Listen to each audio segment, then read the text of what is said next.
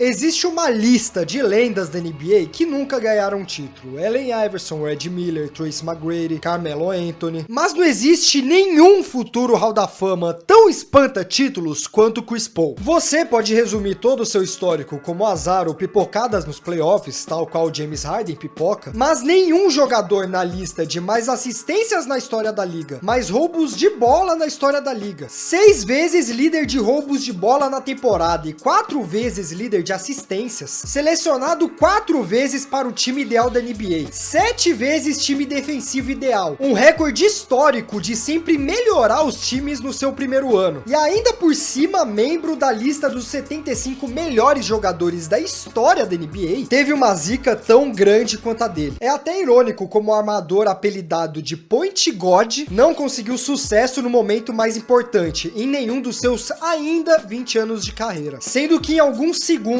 ou até mesmo minutos, ele poderia ter conquistado o sucesso de ser membro do canal, que mais barato que uma coquinha gelada na padaria, você apoia meu trabalho, ajuda esse canal a existir e se junta a essa lista de maravilhosos que já apoiam este canal e fazem cada vez mais ser possível trazer mais vídeos com mais qualidade para vocês mais vezes. Antes de ter feito parte da falecida dinastia Lob City Clippers, ele foi a 4ª escolha do draft de 2005 do atual New Orleans Pelicans, que antigamente era o New Orleans Hornets. Eles nunca foram um time absurdo. Para vocês terem ideia, essa franquia surgiu em 2002 e o máximo que eles conseguiram com Chris Paul foi chegar no segundo round dos playoffs. Mas desde aquela época, Chris Paul já mostrava o alto nível de amador que ele seria. Não só ele venceu o novato do ano por ter levado o Hornets, que na temporada anterior fez 18 vitórias para 38 vitórias com a chegada dele, o que parece pouco, mas a gente tá falando de uma melhora de 20 vitórias de um dos piores times da liga. Como já na sua 3ª e 4ª temporada, ele já foi o líder de assistências e roubos de bola. Inclusive, na sua 3ª temporada, a 2007-2008, ele conseguiu tirar um dos piores times da NBA de 10º lugar para o 2º melhor time da conferência. Ele ficou em 2º lugar da votação do MVP, que foi justamente para Kobe Bryant.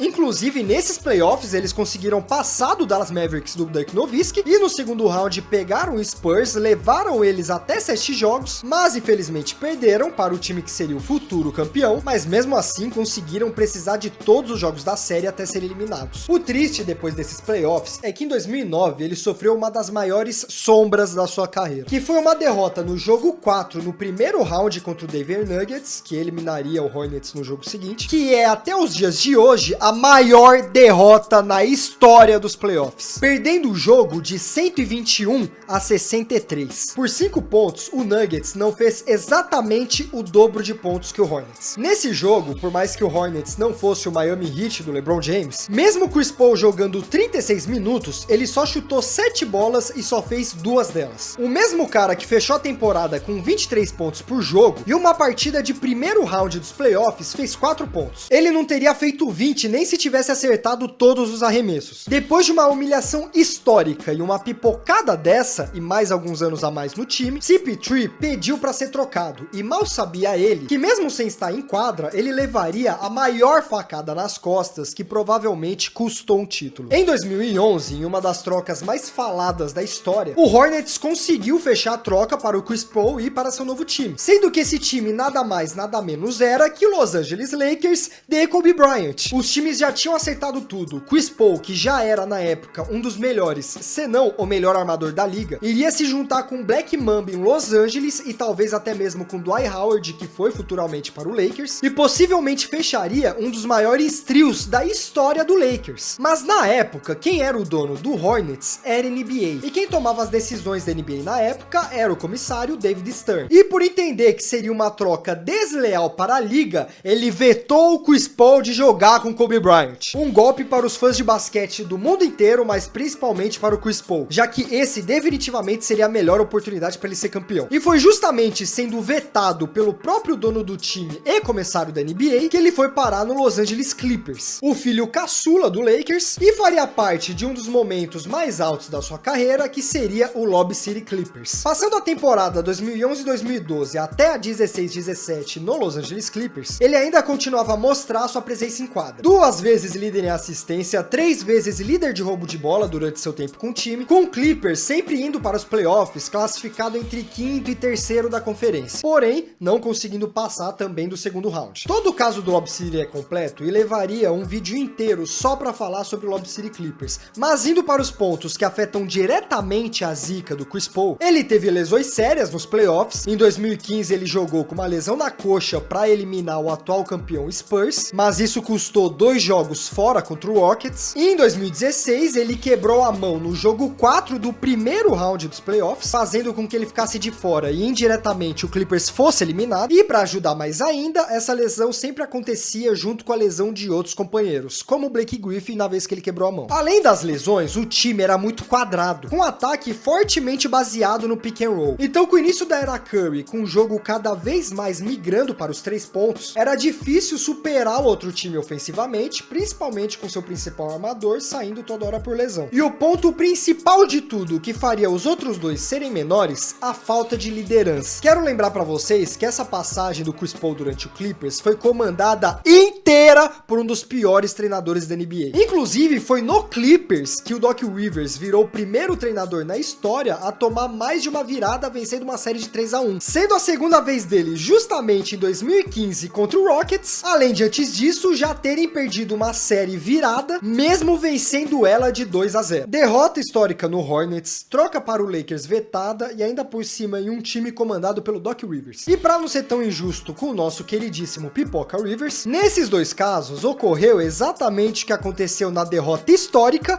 e que iria se repetir no futuro, do Chris Paul ser completamente anulado ou simplesmente não querer aparecer em quadra para liderar o ataque do time. Depois de tanta frustração ano após ano com o Clippers, ele passou de 2007 a 2019 no Houston Rockets, onde lá, ao mesmo tempo que ele chegou mais perto de ser campeão do que no Clippers, ele também estava começando a ser abandonado como peça principal do time. Com a presença absurda de grandes armadores na liga, ele foi para um time que já era comandado um armador dessa nova crescente na NBA. E o estilo dos dois se baseava exatamente em controlar o jogo com a bola na mão. Então um deles iria ser a sombra do outro. Mas mesmo assim, a primeira temporada no time foi a mais próxima de um título para o Chris Paul. 3º lugar na conferência com 55 vitórias, o colega de time dele foi MVP, a primeira vez chegando nas finais de conferência e ainda por cima estavam ganhando a série contra o Prime Warriors. Mas mais uma vez, alguma coisa tinha que acontecer, já que no final do jogo 5 ele de novo teve uma lesão na coxa, o que fez ele perder tanto o jogo 6 quanto o jogo 7, mas mesmo com o MVP da temporada em quadra, o Warriors destruiu o Rockets com praticamente 30 pontos de vantagem no jogo 6, e no jogo 7 o Warriors errou 27 arremessos de 3 seguidos, o que também custou eles a passagem de ida para as finais. E para adicionar ao caso da zica, se tudo isso não fosse suficiente, justamente por esse conflito de posição entre o Harden e o Chris Paul,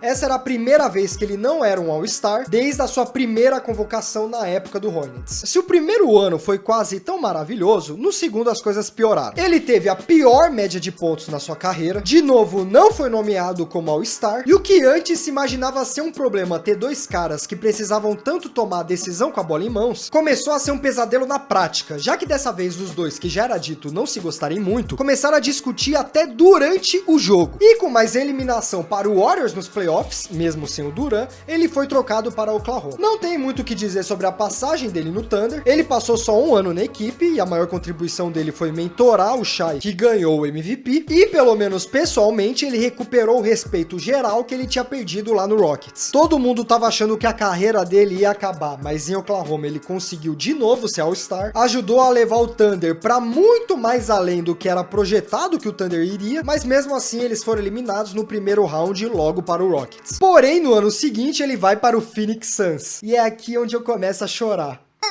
No Suns foi a melhor oportunidade da sua carreira. Logo no seu primeiro ano do time, ao lado de Devin Booker e DeAndre Ayton, que ainda não era um grandíssimo saco de corpo mole igual ele é hoje em dia, eu nem sei se ele ainda tá na NBA, pra ser sincero. Eu lembro que ele tinha ido pro Trail Blazers, mas nem sei se ainda tá lá. O Suns tinha montado um super time que na linha principal tinha pick and roll e arremesso, e na rotação tinha peças que quando fosse momento dos titulares descansarem, eles ainda conseguiriam segurar a liderança do time. Eles eliminaram o Lakers de LeBron no primeiro round dos playoffs, sendo a primeira eliminação na carreira dele que isso acontece. Eles varreram o Nuggets do MVP Nikola Jokic, ganharam de 4-2 do seu antigo time Los Angeles Clippers, com direito de se vingar do Zé Pequeno da NBA, Patrick Beverley, e pela primeira vez na carreira, Chris Paul conseguiu chegar em uma final. Eles venceram os 2 primeiros jogos das finais em casa, abrindo a série de 2-0. Uma chance de 93% de vitória. Das 434 séries que um time abriu 2-0, somente 33 delas foram viradas. Tudo estava perfeito para quebrar a zica do Chris Paul. O que eles não contavam é que uma dessas 33 vezes que parecia impossível foi justamente o Los Angeles Clippers de 2013 que o Chris Paul estava jogando. O Suns perdeu 4 jogos seguidos pro Bucks.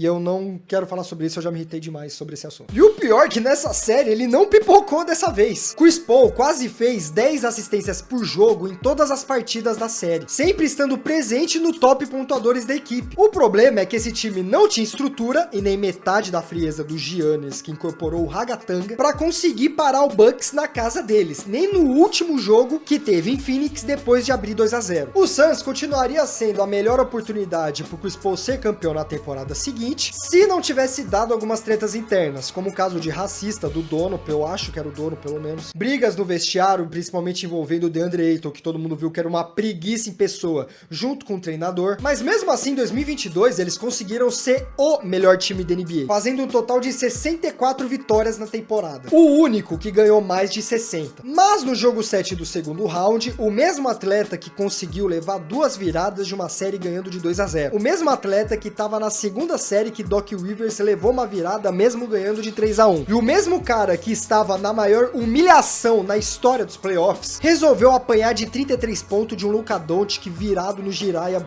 bravo da vida. O Suns já tinha ganhado de 20, 30 pontos do Dallas nessa série, mas o que fez essa partida específica ser tão especial, além desses moleques contarem vantagem antes da hora, o que deixou o Luka Doncic tilt das ideias, essa derrota, além de ter sido uma eliminação, foi uma atuação vergonhosa, não só do Chris Paul, como de todas as estrelas principais do time. O líder de pontos do Suns nesse dia foi o Cameron Johnson. Ele era um jogador de rotação e ele fez só 12 pontos. O Booker conseguiu fazer 35 pontos em uma partida dessa série, mas nesse jogo 7 nem para ser líder da equipe em pontos ele foi. No ano seguinte, mesmo com a chegada do Kevin Durant, eles abriram mão de muitas peças da rotação, o que hoje em dia seria a principal dor que faria esse time ficar dependendo desses 2 contratos desgraçados que são esses 2 atletas. E mesmo com Kevin Durant para ajudar o Chris Paul, uma lesão que tiraria ele dos jogos não iria vir ajudar. E para um time que já estava quebrado em outros aspectos, quando eles pegaram o Nugget nos playoffs, eles não só se vingaram da varrida, como seguiram para ser o campeão daquele ano. Em 2023, ele foi envolvido na troca que trouxe o Bradley Beal, o pior contrato da NBA, e o cara que afundou mais ainda o nosso time.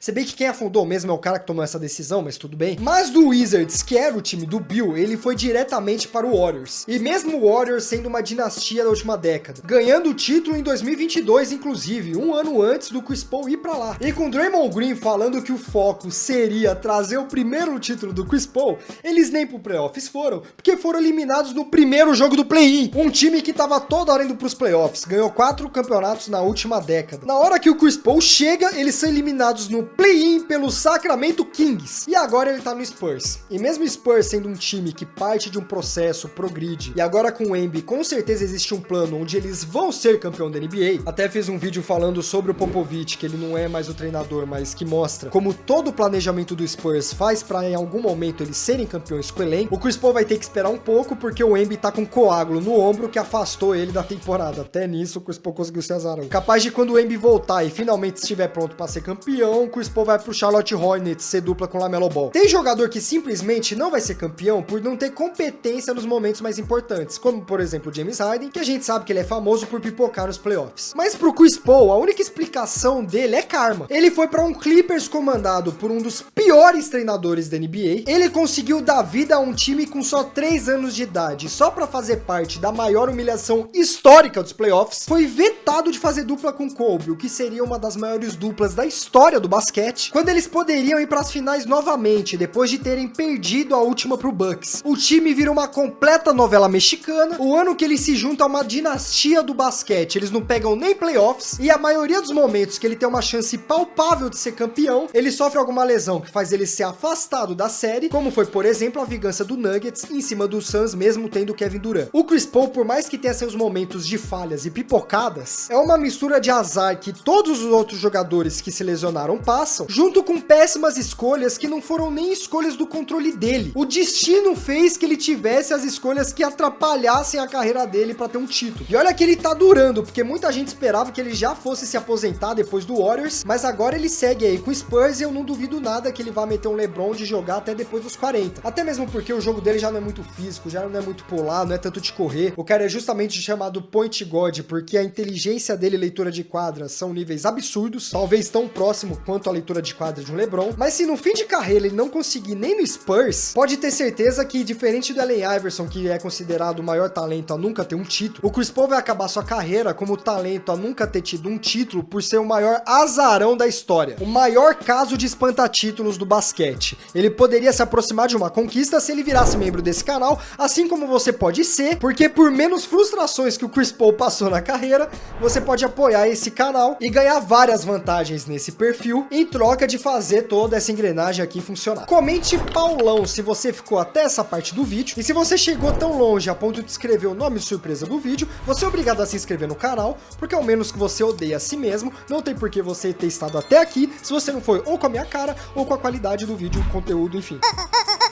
Pra seguir o seu dia e eu também continuar as gravações, que eu tenho mais uma pra fazer aqui agora, justamente sobre um vídeo que vai ser sobre terça, mas a linha temporal aqui do canal é tudo mista. Esse é um vídeo que o YouTube acha que você vai gostar. Se você não for com a cara dele, não se preocupa, não tem problema, porque esse é o último vídeo do canal. Por favor, considere ver alguns deles, ou pelo menos virar membro, porque eu preciso comprar uma câmera melhor do que meu Wi-Fi conectando no iPhone no OBS, pra parar de dar essas travadas. Muito obrigado, você ficou até aqui. Eu sou o PsicABC, essa daqui é a Chorelli, aquele lá é o Batman, pode tirar o efeito de tela verde pra mostrar ele. Tamo junto e é nóis e falou!